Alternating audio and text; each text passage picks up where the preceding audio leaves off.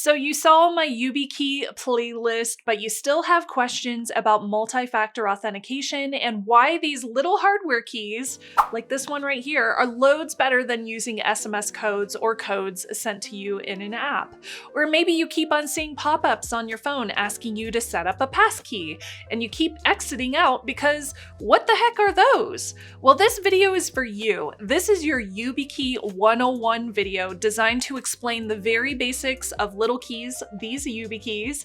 What are they? Why are they different from text or authenticator app codes? And how in the world do you set this thing up when you first buy one? Now, with any security and privacy upgrades like this one, the biggest hurdle is going to be just finding the time to set the thing up in the first place. But once you get over that part, the rest is going to be super, super easy. So what's up, s'mores? I am Shannon Morse. Welcome to my YouTube channel. If you like practical security tips without the doom, hit subscribe, and if you are already subbed, thank you so much for being here. I am working with YubiKey on a series of security videos to show you how to upgrade your digital privacy, so thank you so much to YubiKey for sponsoring this educational video. My channel sponsors are one of the reasons I can keep on doing approachable security content on this channel, so if you are also a fan of these keys, then give them a shout out down in the comments. So first up, what is a YubiKey? A YubiKey, like the one you see here, is a little hardware security key that looks a lot like a flash drive, but instead of using it to store data,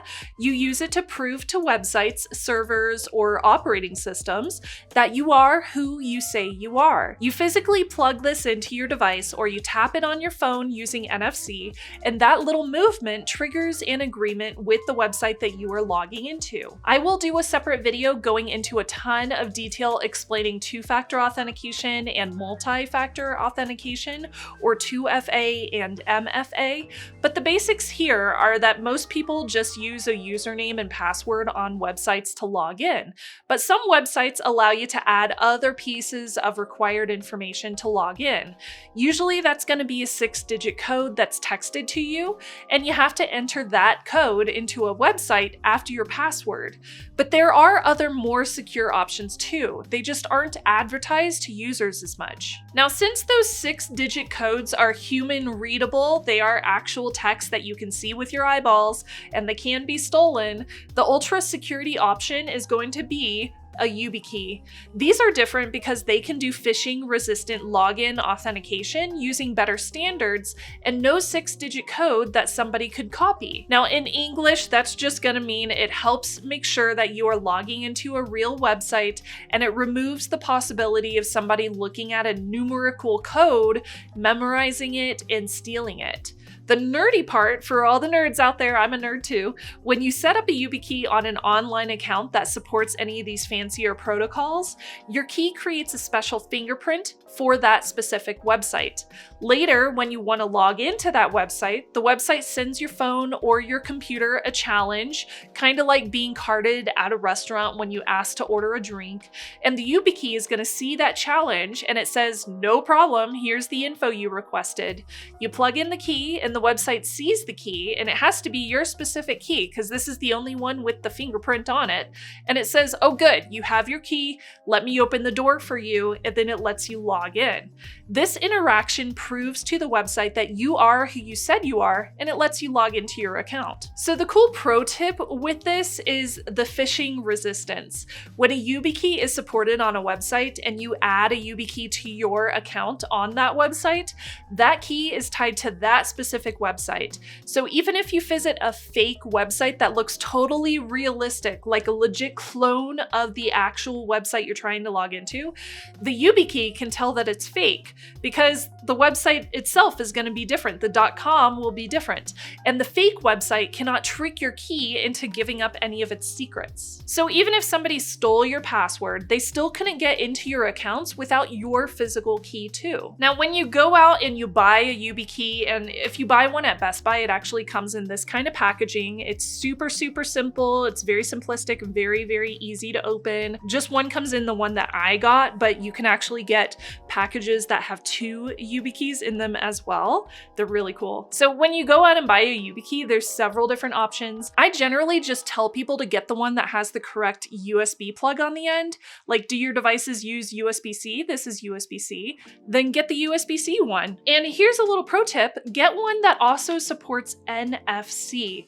This one says USB-C plus NFC on the side of the packaging, so I know that it supports NFC. But NFC is going to be a little bit more convenient, especially if you want to use one of these with your phone. Okay, now back to the nerdy speak. Depending on the model and what you are trying to protect, YubiKeys can support multiple authentication methods. The big ones you're going to hear about are FIDO2 or WebAuthn. This is the one that most people are going to want. It is best for modern logins. It supports phishing resistant MFA. It also powers Passkeys depending on how a service implements them. Another protocol is called U2F. This one is a little bit older, but it's still very common on many services. It's also phishing resistant style security key login. And the third protocol that's really popular is OTP, or one-time passwords. These keys can generate or output one-time codes for some systems, very similar to how you get those 6-digit codes texted to you, but since it's authenticating via a key, it's a little bit more secure than getting a text message code. It's very useful for legacy scenarios in that case. And the last big protocol is using these things as a smart card or a PIV and open PGP logins. So this is for more advanced use cases like workplace smart card login, certificates, or PGP stuff. Awesome, but not first security key territory for most people. Chances are most users are not going to be using a YubiKey for this last experience unless it was given to you for your job, or if you're using it for something like SSH sessions or for decryption. And if all of that terminology sounded really weird, you don't really need to worry about it. So I generally recommend a YubiKey 5 series device for most people. That's going to cover most bases. It's going to cover most use cases. And snag 2 of them if you can. One can be your primary key and the other one can be your secondary "what if I lose it" key. Now, if you are still here, I'm going to assume that you're really interested in getting a better grasp on all of this security stuff. So please consider subscribing to my channel. I post cybersecurity news and tutorials every single month, and you can use my videos as a resource for your questions about hacks and privacy. Hit the subscribe button down below, and thank you so much for subscribing. It is completely free. Thank you so much for supporting my channel. Okay, let's get her set up. She's a pretty little key, but we need to actually add some accounts to this. So a lot of people get confused here because they think that you need to create a YubiKey account on the key, or install batteries, or add the websites to the key, but you actually don't. The key itself doesn't require batteries or a setup or anything. You will need to go to each of the accounts that you already have online, like logging into your email account or logging into your social media account, and you add the key to your accounts on those different websites. So step number 1, get 2 keys. Do this first so you don't hate me later. Get 2 keys if you can, and follow the setup guide for both of them at once. One is your primary and one is going to be your backup. Once you've got them both set up, put the backup one somewhere safe, like a small lockbox or a safe.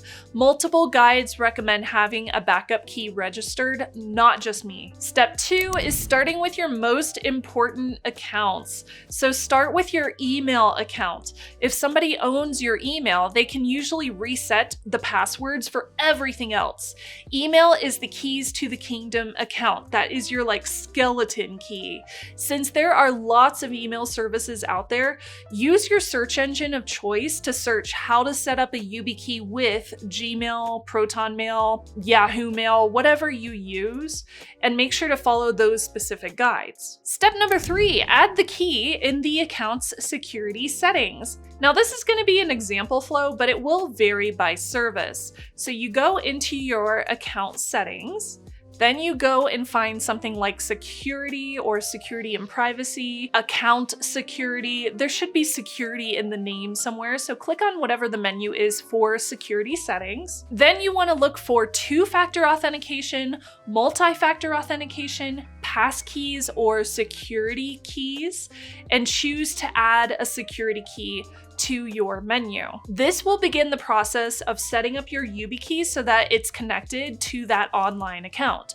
So you want to go through those menus in the step-by-step guide, which appears on your screen, and insert the key or tap via NFC, insert and tap via NFC whenever you are prompted to do so. And just a little side note here, sometimes on specific websites, totally depending on what protocol they use for the YubiKey, it may ask you to set up or enter a PIN code. So you will want to create a PIN code if asked. So that brings me to step number 4, set a PIN if asked, and yes, do it. So a PIN is going to add protection if somebody physically steals your key. Many services are going to prompt for this during security key setup, but not all of them. So don't worry if you're on a website and it doesn't require you to add a PIN. The PIN would add another layer on top of your security, so I think it's pretty cool whenever a website does have this protocol set up. You have your username and your password, then you have your physical key, and then you have the PIN that's tied to this physical security key. Step number 5, save, recovery, and backup codes. When you are going through this process of first setting up your YubiKey, when a service gives you recovery or backup codes, make sure to save them somewhere safe.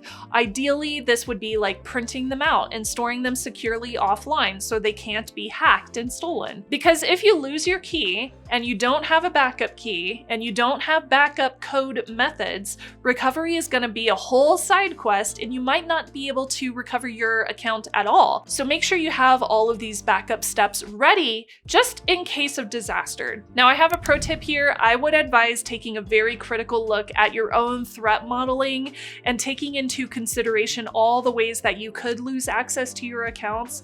Do you live in Tornado Alley? Are there fires that you have to worry about, or hurricanes? Are you a high stakes target, or do you work in an agency or a sector with access to proprietary data? Do you ride public transit in a place with high theft? Do you have a dog at home who could potentially chew up your YubiKey? Ask me how I know. Think about all those different things and choose your security response based on that threat modeling. If you have a dog at home who might chew up your YubiKey, you might want to make sure your YubiKey is protected in a lockbox. Maybe keep your secondary key off-site or in a fireproof safe. You have to take future you into consideration and make a plan for the worst case scenario. I don't know your life and I can only tell you what to do based on my own scenarios, so build on that and do what works best for you. All right, next I have an optional option here. This is the YubiKey Manager tools. Now Yubico has tools like YubiKey Manager and documentation for managing features depending on your model and your needs. For most people doing basic WebAuthn security key setups like I just showed you, you often don't need to mess with advanced settings. You can just register it on your accounts and you're good to go. And the next step is passkeys versus security keys. So passkeys are basically a friendlier name for FIDO credentials used for passwordless login. Yubico explains on their own blog that there are copyable passkeys that sync across devices. That could be like your smartphone. And there are also hardware-bound passkeys like a YubiKey that stay on a portable authenticator like this YubiKey that I have right here. So the practical takeaway here is this. Synced passkeys are super convenient because they exist and can be associated with your smartphone, your laptop, other devices like that. They're synced in your connected devices so you can use them wherever you are. Hardware-bound passkeys are a higher assurance option because the credential stays on the physical key. They're not going to be synced into connected devices and you can't save them up in a cloud. They only exist on your hardware key. You can use both. It depends on your threat model and what you're protecting. I prefer using the hardware-bound passkeys for my most crucial accounts, and then I just choose whatever the most secure option is available on each website or service that I use. Step number 9, best practices. Now, if you take anything away from this video, let it be this checklist. First, register a backup or a secondary key. Second, use a PIN when available. Third, lock your devices, especially if you leave a key plugged in. Fourth, protect your email and password manager first. Number 5, be picky where you use OTP codes and prefer FIDO2 or WebAuthn whenever possible. And 6, set up passkeys if available. And that is it for YubiKey 101. So if you want, in the next video, we can go hands-on with setting one up on a password manager. We can use it with Google, Apple ID, Microsoft, or social accounts. Tell me in the comments what kind of video you would like to see next. Are you using a security key yet? If this helped, share it with a friend who still uses SMS codes for everything and is like one SIM swap away from having a very, very bad week. Thank you so much for watching, and I'll see you in the next one. And thank you so much to YubiKey for sponsoring this video. I'll see you next time. Bye, y'all.